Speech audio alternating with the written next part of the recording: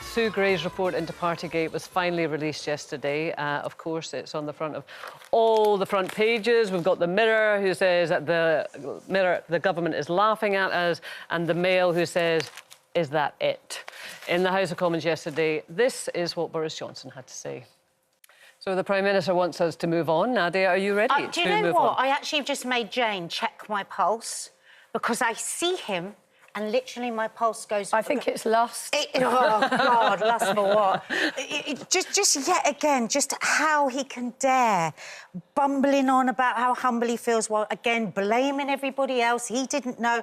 Honestly, I feel sick to my stomach. And yet again, yesterday, I got so many messages from people just remembering what it was like for them on this date and that date and what they were and were not allowed to do. Can I just give you a few highlights? Vomiting, excessive boozing, fisticuffs, partying until 4 a.m. before Prince Philip's funeral, broken swing, Secret Santa, cleaning security staff bullied, red wine on walls, karaoke, sitting on laps, and we seem to have got away with it from Martin Reynolds. So if one more politician tells me how to feel and to move on, I don't... Listen, I'm not ready to move on. I know, and the thing is, you're apoplectic, and there's a large section of the country is apoplectic. There's also a large section of the population that says, you know what, I'm fed up, I've had it, we all did a bit of this, who's not bothered. Linda, I know you are a Boris Johnson fan. I am. Well, I live in Islington, and I've seen Boris loads of times. He's always riding around on his bike, and we used to stop and have a chat and everything. And I do believe that not all of it was his fault. A lot of the time, like when it was his birthday, I think his wife turned up with a cake, and I don't think he knew that that was going to happen. There were going to be people there, and there were going to be drink there. And you just think, with what's going on in the world, can't we just forget about it all now? Beergate, Partygate, Ukraine, we've got Texas, all those children killed. But that is it, isn't it? We're now at a stalemate, aren't we, Jane? You know, this has been rumbling on for long. There's no real surprises in the Sue Gray report. And here we are. We've got the two sides of it. But Linda making like excuses, him, you're going crazy. Boris, But he's got something, whether you like him or not. He's got something, and that's what fascinates me, Linda. Why do you like him? What do you see in this man that Nadia clearly doesn't see? Well, I just think, like, what happened with COVID, no one could ever have expected this to happen, like 2 years ago, that we'd all be in lockdown, we'd all be stuck in our houses, we couldn't get out of the house or anything. So no one knew how to react. They were having parties. So no one knew how to react or what was right, or sometimes we did things that we shouldn't have done because every day the rules would change or whatever. And I've just spoke to him and I just really like him. I think he's a really decent man. And that's the thing about him, isn't it? He has an 80-seat majority because he has something that nobody can quite put their finger on. What is it? Because if you think about it, apart from Partygate, there's many aspects to Boris's character and personality that under scrutiny do not really hold up. And yet people still voted for him because, like Linda, they like him. And there's still a lot of people out there who think, oh... Well, you've met him. Do you like him? It's very difficult. He's great to have a conversation. He's a lot more serious, actually, that I have found than the person that I see sometimes on... I've had a couple of quite long one-on-one conversations with him, and he's not sort of bumbling at all. Because it's an act. I don't know if it's Nadia, an act. you used to love him. It's an alter ego. I didn't used to love him because, I mean, I've never been a Tory, but out of a bunch... How's your pulse? It's not good. I actually did fall for all this. I actually think he was incredibly smart. I loved how quick he was. I loved him on What's the Show? I can never remember the name of. Have I Got News for You? Have I Got News for You? That's what he should have stuck with, I think. I think he was a great presenter of that. And I actually did fall for this sort of bumbling, doesn't mean any harm.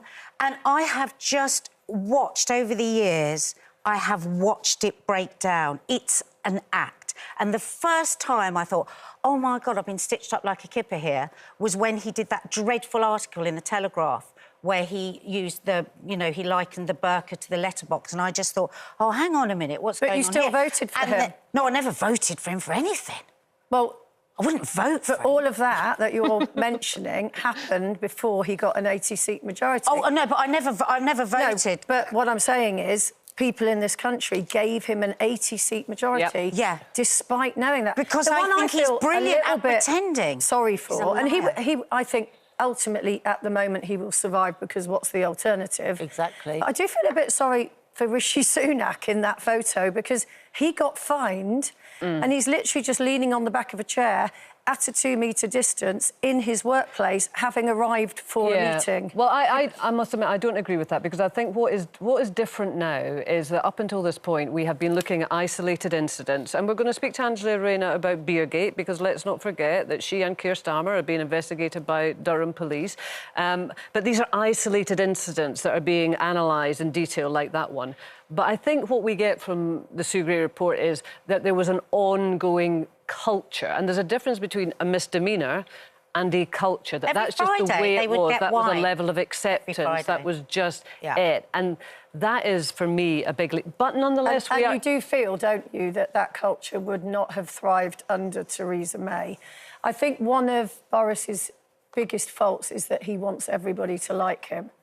So he doesn't want to come in and be the person that goes... Yeah, you know. I'm just trying to see what kind of comments we've got. We did do a poll on this. Are you ready to move on from Partygate? And it's 60% no. Good. And 40% yes, which is still pretty finely balanced, but nonetheless, 60% no. Alison, when you get the rule makers breaking the rules, there should be consequences. My mother-in-law died on her own because these people said nobody was allowed to be with her. I will never forgive him. And then Diane, and here we go. This is the same debate that we've had here. I know he's done a stupid thing, but we've got more issues to deal with, such as the cost of living and the war. Why can't they do more than one thing at one time? This is what I don't understand. We keep saying we can't think about this because we've got to think about... He's supposed to be educated in one of the top schools in the country, and yet he can't do more than one thing at one time. Well, and equally, you know, we don't live in a presidential system. We've got a parliamentary democracy. You know, give us somebody else that can do it. But there you go. Oh, anyway. Come on, girls. We've all had a nice drink. It's time to move on. No, it is not. No, I want the karaoke machine, and then I might be sick and have a wee fight and break a swing when I'm at it.